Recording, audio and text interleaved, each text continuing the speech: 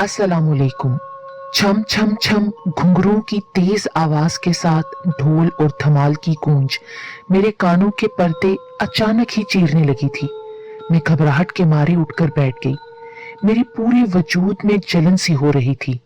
वो रात का आखिरी पहर था।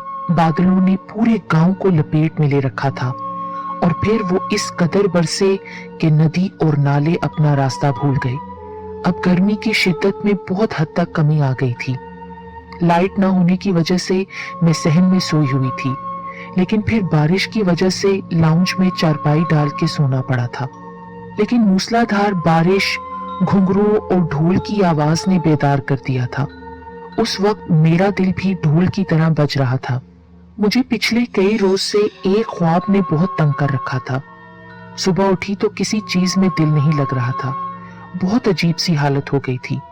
खैर, दिन किसी न किसी सूरत यूं ही कामों में गुजर गया था और रात फिर वही ख्वाब मेरी आंखों का मेहमान था, जिसने मेरी परेशानी में मजीद इजाफा कर दिया था।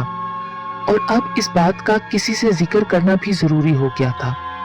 अम्मी से मैं ये बात कर नहीं सकती थी कि वो जल्दी परेशान हो जाती हैं। फिर अपनी बड़ी बहन से मैंने उस ख्वाब का जिक्र किया जो कि मुसलसल चंद रातों से मुझे आ रहा था।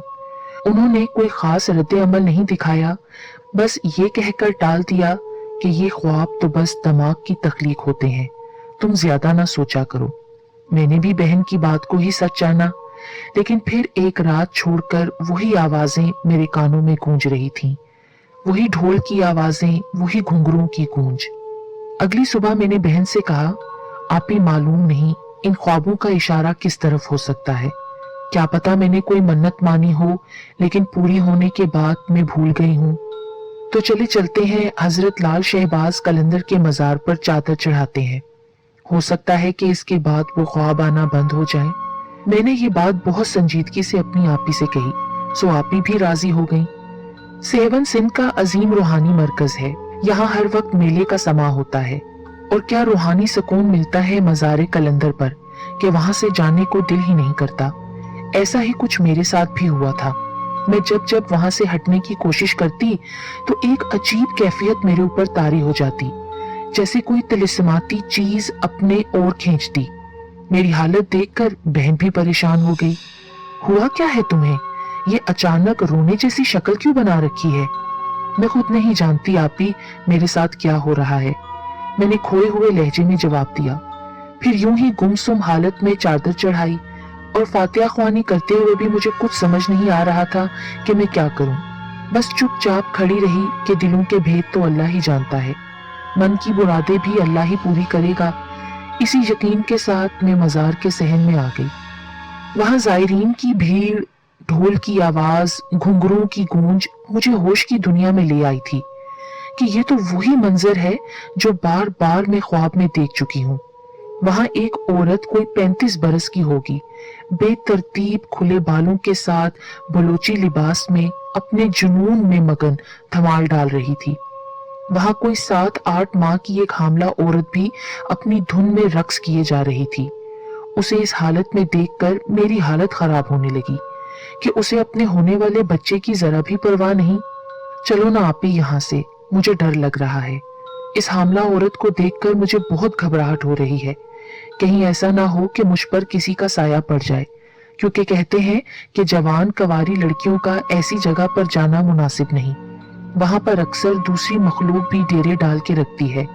मैंने समझाने वाले अंदाज में आप ही से कहा, हाँ तो क्या जरूरत थी इधर आने की? आने की भी तो तुम्हें ही पड़ी थी ना। आप ही मुझसे कुछ नाराज होने लगी। बस वो ख्वाब आप ही कुछ इसी तरह का ही था। हाँ बस ठीक है, अब चलो घर। हम बाहर आकर अपनी गाड़ी में बैठ गए।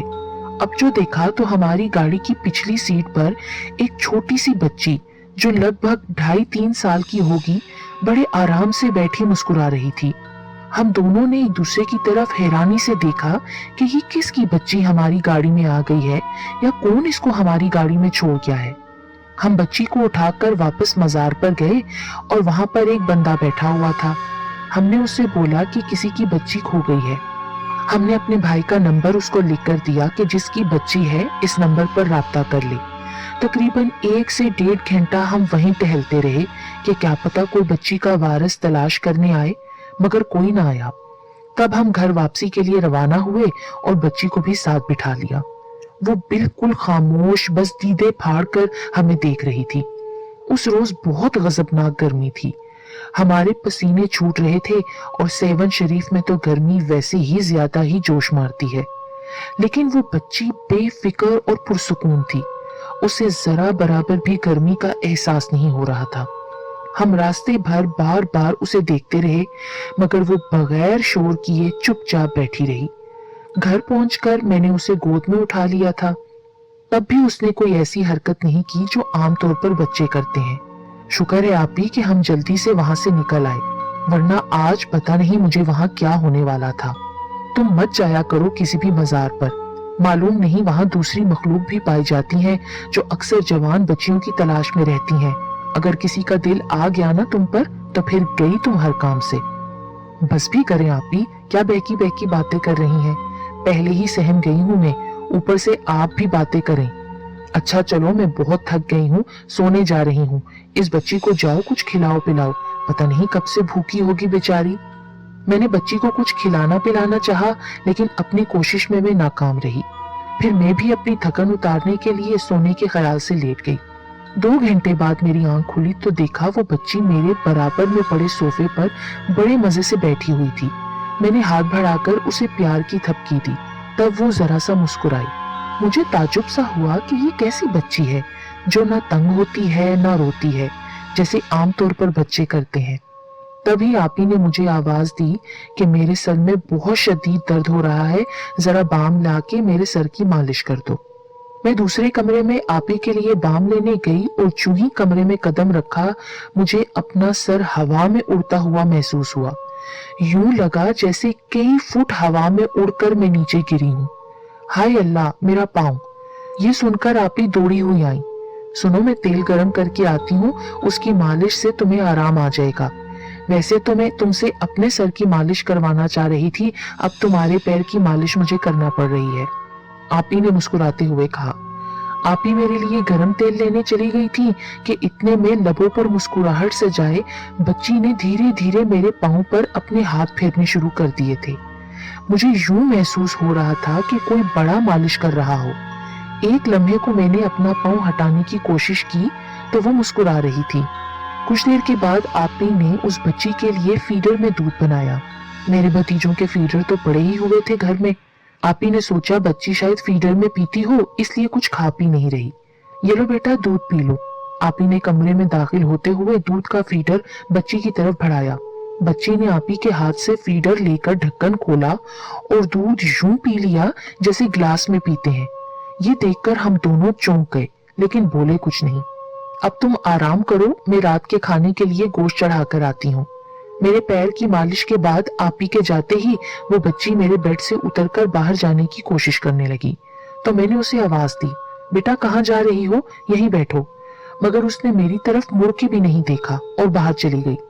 अभी मैं उस बच्ची के बारे में सोच ही रही थी कि आप ही खासे गुस्से में कमरे में दाखिल हुई। मैंने तुम्हें कहा था ना कि गोश्त फ्रिज में रख लेना, तो क्यों नहीं रखा? अरे आप ही, मैंने गोश्त खुद फ्रिज में रखा था। मैंने उन्हें यकीन दिलाया, मगर नहीं, भला कैसे यकीन आता, क्योंकि गोश्त तो फ्रिज से गायब हो चुका था। मुझे बिस्तर पर लेटे 2 दिन गुजर गए थे। जब मैं उठी तो पाँव जैसे जमीन पर ही नहीं पड़ रहे थे। फिर मैं खुद को घसीट कर बाहर सहन में आई तो देखा कि बच्ची चारपाई पर बैठी मेरे भतीजों के खिलौनों से खेल रही थी, लेकिन उन बच्चों से बिल्कुल अलग अपनी दुनिया में मगन थी। अभी मैं बैठी ही थी कि आप ही के चिल्लाने की आवाज आई। अब मैं दौड़ने से तो रही थी, मेरे उठने से बेशतर ही वो बच्ची भागने वाले अंदाज में अंदर जा रही थी। खैर, मैं बड़ी मुश्किल से आप ही के कमरे में पहुंची तो आप ही की हालत बहुत खराब थी। Sugar high, blood pressure high, वो बहुत बेचैन सी थी। ये क्या हो रहा है हमारे घर में, मैंने सोचा। जब से हम इस बच्ची को साथ लाए हैं कुछ भी ठीक नहीं रहा। मेरी हालत कुछ संभली तो आप ही की तबीयत खराब हो गई। उस रोज गोश्त ही फ्रिज से गायब नहीं हुआ था, और भी कई चीजें घर से गायब थीं। इसके अलावा भी छोटे मोटे कई वाकयात रोनमा हो रहे थे। जरूर कुछ न कुछ गड़बड़ है। मेरे दिमाग ने अपने जिंदा होने की खबर मुझे दी। बच्ची को अब हमारे घर में कई दिन गुजर गए थे, उसे लेने कोई नहीं आया था, जबकि हम अपना मोबाइल नंबर भी उस शख्स को देकर आए थे जो हर वक्त उस मजार में मौजूद रहता था। आप ही ऐसा करते हैं कि कल सेवन शरीफ जाकर वहीं बच्ची छोड़ आते हैं। पता नहीं इसके साथ क्या चक्कर है। आप ही ने फौरन ही मेरी बात मान ली, लेकिन साथ ही ये भी कहा कि वो इस काम के लिए अकेली ही जाएंगी। अगली सुबह आप ही सेवन शरीफ जाने की तैयारी कर रही थी। उन्होंने मुझे कहा कि मैं बच्ची को हमारी भतीजी के कपड़े पहना दूं, क्योंकि उसके कपड़े खासे मैले हो गए थे। मैंने फौरन ही उनकी हदायत पर अमल किया। अरे ये कैसे हो सकता है? मुझे अचानक ही आपी की परेशान आवाज सुनाई दी। क्या हुआ आपी? तुमने अभी जो बच्ची को कपड़े पहनाए थे वो उसे पूरे थे या छोटे थे? बिल्कुल फिट थे आपी। मैंने आपी के सवाल का जवाब दिया। तो फिर ये छोटे कैसे हो गए?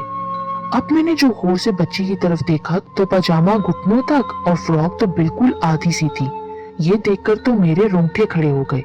अब शक की कोई गुंजाइश बाकी न रही थी कि इस बच्ची में जरूर कुछ ऐसी बात है जो हमें नजर नहीं आ रही। क्या आप भी वही सोच रही हैं जो मैं? तब आपी ने सिर्फ हाँ में सर हिलाया और खामोशी से बच्ची को उठाकर चल दी। सेवन शरीफ पहुंचकर आपी सीधा उस शख्स के पास गई और कहा कि ये वही बच्ची है जो कुछ रोज पहले हमें यहाँ से मिली थी, और बच्ची के हवाले से आपी ने उस शख्स को सारी हकीकत भी बयान कर दी। हाँ बेटी, अब मैं जान गया हूँ कि ये बच्ची कौन है, उस शख्स ने बच्ची को गौर से देखते हुए कहा।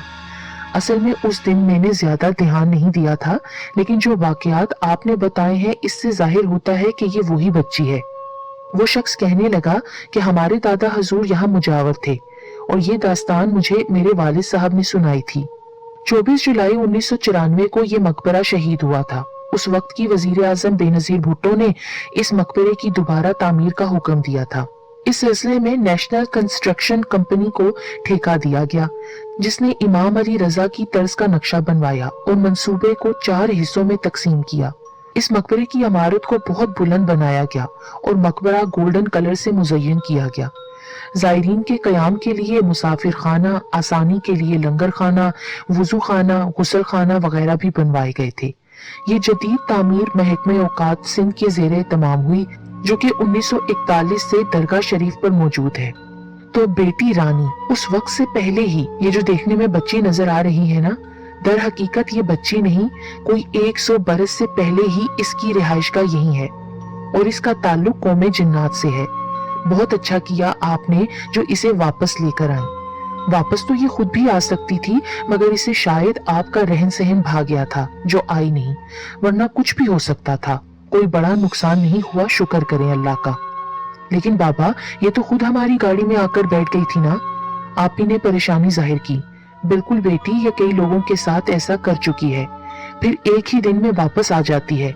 आपकी मोहब्बत और सादगी ने उसे वहां रहने पर मजबूर किया, जो ये वहां मजे से रह रही थी। ये चाहती तो कोई नुकसान भी पहुंचाकर चली आती, लेकिन खुशकिस्मत है आप, हमेशा खुश रहो। आप ही बताती हैं कि जब आप ही ने उस बच्ची को मजार के सहन में उतारा तो उसने मुस्कुराकर आप ही की तरफ देखा और आप ही ने उसकी छोटी फ्रॉक की तरफ जो भतीजी की थी। फिर वो बच्ची हाथ हिलाकर पलटी और लम्हों में गायब भी हो गई।